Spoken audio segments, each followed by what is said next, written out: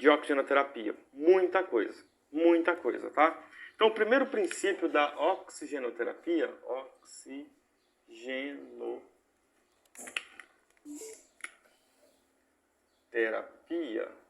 o próprio nome diz tudo. É uma terapia com oxigênio, tá? Ó, é uma terapia com oxigênio. E se é uma terapia com oxigênio, para e pensa. Se é uma terapia, isso aqui quer dizer que é o quê? Tratamento. Tá bom? Então, se envolve terapia, é tratamento. Já ouviu falar em terapia medicamentosa? Já ouviram falar de antibiótico-terapia? Então, tudo que tem terapia, tratamento. Tratamento. Então, quando a gente fala de oxigenoterapia, é um tratamento com oxigênio. Então, o que eu tenho que levar em consideração quando eu falo de oxigênio? Que oxigênio é o quê? É medicinal. Se é medicinal, eu considero como medicamento. Beleza? Então, oxigênio é medicamento, certo?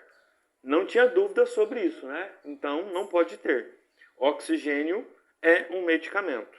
Só que ele é um medicamento gasoso, tá? O medicamento não é só aquilo que a gente aplica no paciente, não. Medicamento pode ser gasoso. Vamos dar um exemplo?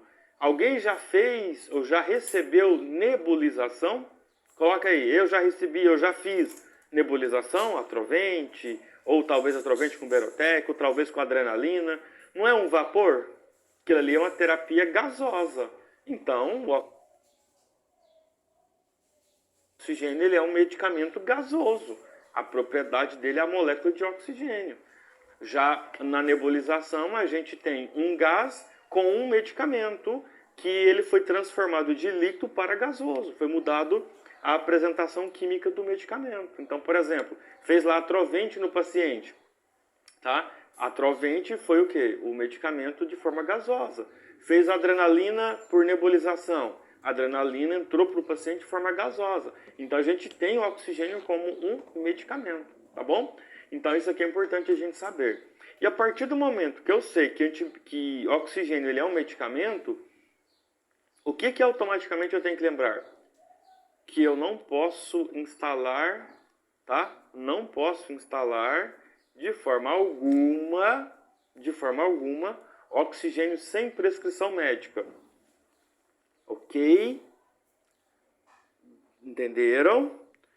Por que eu estou dizendo isso? Porque eu sei, já trabalhei muito em 3 hospitais e a prática é do mesmo jeito. As pessoas não consideram o oxigênio como algo agressivo, não consideram como medicamento, as pessoas aumentam ali na bolinha, lá no fluxômetro lá, e, enfim, colocam oxigênio para o paciente como se fosse uma coisa, beleza, vamos colocar oxigênio aqui, é só colocar aqui, ligar ali e tá tudo certo. Não esqueça do princípio, oxigênio é um medicamento. Oxigênio é um medicamento. Então, se a gente tem, tá? Então, se a gente tem um medicamento para fazer como terapia no paciente, obrigatoriamente precisa estar prescrito. Beleza? Miriam, só manda mensagem nos grupos, no TAN T4, T3 e no TAN+, com a senha. Tá? Fala que tem a senha. A senha eu já coloquei lá, tá? Só para copiar e fixar. Galera, eu mutei aqui, tá? Só para mandar uma mensagem lá no grupo do Telegram com senha, porque vai que alguém tá tentando entrar e não consegue. Eu não vou ficar com o telefone na mão na aula. É só pedir para mandar uma mensagem lá nos grupos, só com a senha, só porque se alguém quiser entrar, talvez não viu a mensagem que eu mandei anteriormente, tá bom? Então por isso que eu coloquei no mudo aqui. Beleza? Ó, tem gente que tá querendo entrar, não tá vendo a questão da senha, enfim. Então, infelizmente aí, não sei o que aconteceu. Então vamos continuando. Essa questão, tá? Essa questão do oxigênio não ser considerado um medicamento na nossa cabeça, Esse é o grande problema, tá? Michele, independente da quantidade. Você sabe o que significa 2 litros por minuto? É uma concentração muito alta. Você sabe, quando você respira agora, você tá tendo movimento ventilatório, certo? Vamos lá. Qual que é a frequência respiratória mínima e máxima que nós temos de valor de referência? Coloca aí para mim. Coloca aí para mim. A frequência respiratória em minuto. Quanto que tem de referência? Só para vocês entenderem, tá? O que significa 2 litros de oxigênio? Coloca para mim.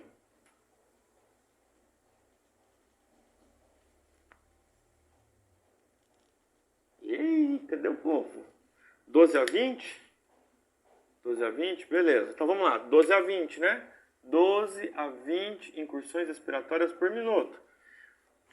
O ar ambiente, tá? O ar ambiente tem quantos por cento de oxigênio, tá? Então vamos lá. Ar ambiente tem o quê? 21% de oxigênio. Beleza? Ar ambiente tem 21% de oxigênio. Quando se coloca um catéter num paciente, um catéter tipo óculos, né? Que põe aqui no nariz do paciente, Natália, depende da referência que o concurso colocou lá no edital. Tá? Aí depende, porque valor de referência... Por isso que eu não gosto de trabalhar com valor de referência. Por isso que eu detesto concurso. Entendeu? Por isso que eu não dou aula em concurso. Porque o concurso ele vai cobrar pé da letra. Então, o pé da letra tem que estar no edital. Então, tem que ver a referência que ele usa lá no edital para você colocar a referência de acordo com o edital. Tá bom? Então, veja só. Preste atenção. O ar ambiente, o ar nosso aqui agora, tem 21%, certo? Um gás medicinal, tá? Um gás medicinal, ele vai de 22% a 100%, ok? O que muda? O que muda é o dispositivo e a vazão. A vazão significa quantidade de litros por minuto, certo? Então, vamos lá. Se você colocar um catéter nasal a 2 litros por minuto num paciente, vamos lá, 24%, vai dar em torno de 27% de oxigênio. Isso aqui, ó, 27% de oxigênio. Isso significa, ó, que a gente tem uma diferença de 6%, certo? 6%. Então, você está ofertando 6% de oxigênio a mais por minuto. Então, esse paciente está recebendo uma quantidade dessa por minuto. A questão é, o paciente tem necessidade de receber oxigênio? Ele tem necessidade? Se ele tem necessidade...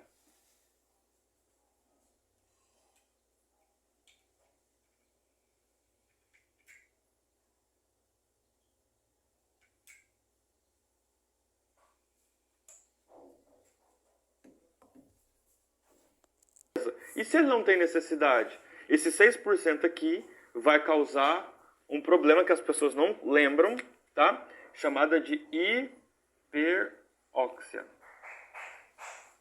Hiperóxia, ou hiperóxia, né?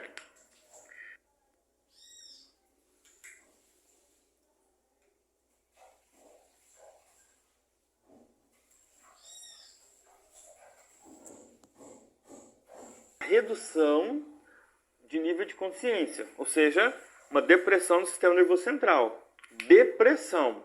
O que é depressão do sistema nervoso central? A pessoa começa a ficar sonolenta, e aí as pessoas acham que é o seguinte, o seu José está dormindo, né? Chegou todo agitado aqui na emergência, a gente colocou um cateterzinho nele lá, colocou 2 litros e já está dormindo. Então, oxigênio, quando você recebe sem necessidade, você está recebendo em excesso, é uma hiperóxia, e uma hiperóxia, ela não pode levar, ela leva, tá? Excesso de oxigênio é problema, a diminuição, problema. O oxigênio tem que estar adequado para o paciente, tá? Então, veja só, isso aqui leva a uma redução do sistema nervoso central. E o que é uma redução do sistema uma redução de consciência pode levar para uma pessoa? Adivinha? Parada respiratória. Então, a pessoa pode ter uma parada do sistema respiratório, que leva a uma parada cardiorrespiratória. Olha a consequência de aumento de oxigênio. Então, vamos lá. Vocês aqui agora, na sala de aula aqui agora, ninguém aqui está precisando de oxigênio. Aí imagina que a gente coloca um catéter em você. Você não precisa de oxigênio, tá? Você não precisa de oxigênio. Mas a gente colocou um catéter mesmo assim em você. O ar ambiente era suficiente para você. Mas aí a gente pensou o seguinte, eu vou colocar um catéter, né? 27%, 6% aqui de oxigênio.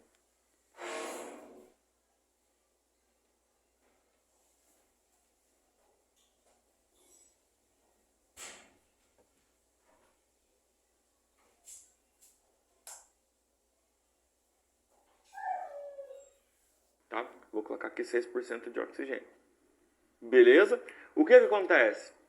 A priori, não vai acontecer nada. Em 1 minuto, você está recebendo 6%. 10 minutos, você recebeu 60% de oxigênio. Em 1 hora, você recebeu 3.600% de oxigênio.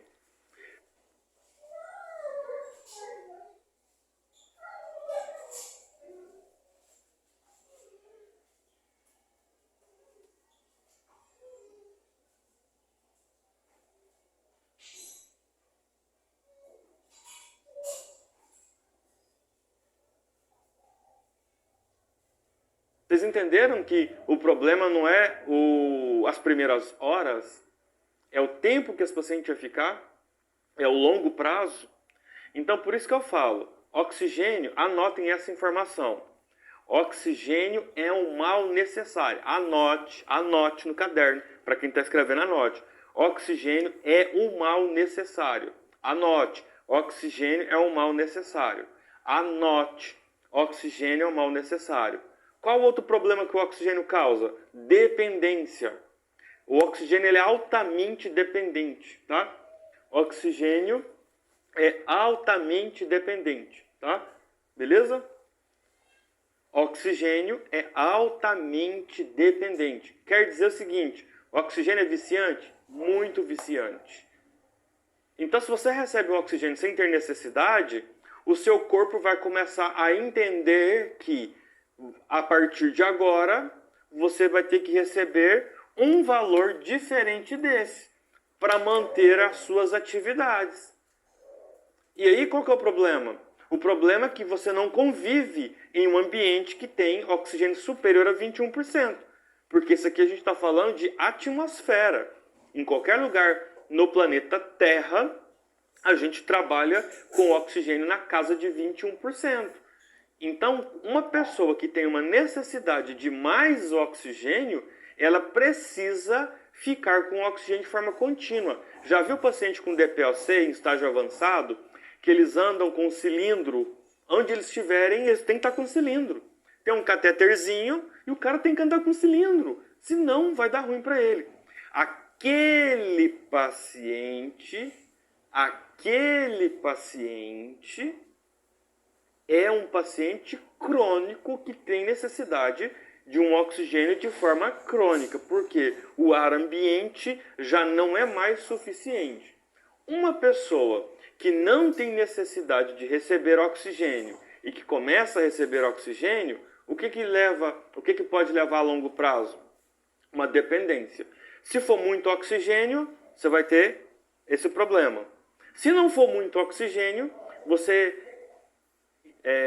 coloca oxigênio tão pouco, mas tão pouco, ao ponto do corpo querer entender que o suficiente para ele agora é mais do que 21%, por exemplo, 27%. E o problema, você não tem oxigênio 27% sem ser gás medicinal. Não existe. A gente está falando de um gás natural, a atmosfera. Não existe. É por isso que inventaram, o gás medicinal. Ficou claro? Ficou claro? Então, vamos lá. Paciente não tem necessidade de oxigênio? Não coloque. Para quê? Oxigênio não trata grande parte dos pacientes, apenas em situações de emergência. Então vamos lá. Se a saturação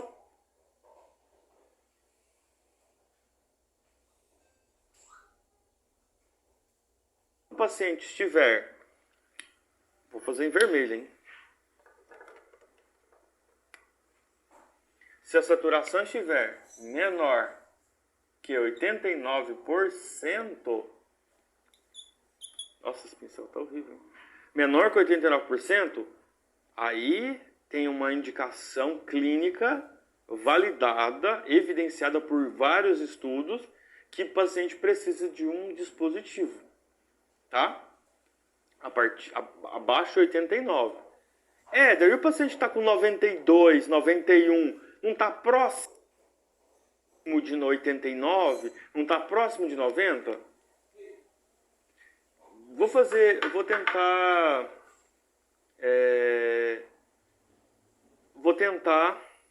tentar explicar aqui de uma forma diferente. Imagina vocês, tá? Tem um limite no cartão. Olha, você está quase ocupando 100% do limite, mas você tem R$300 de limite ainda, beleza? Pensa o seguinte, se você tem R$300 de limite, você tem R$300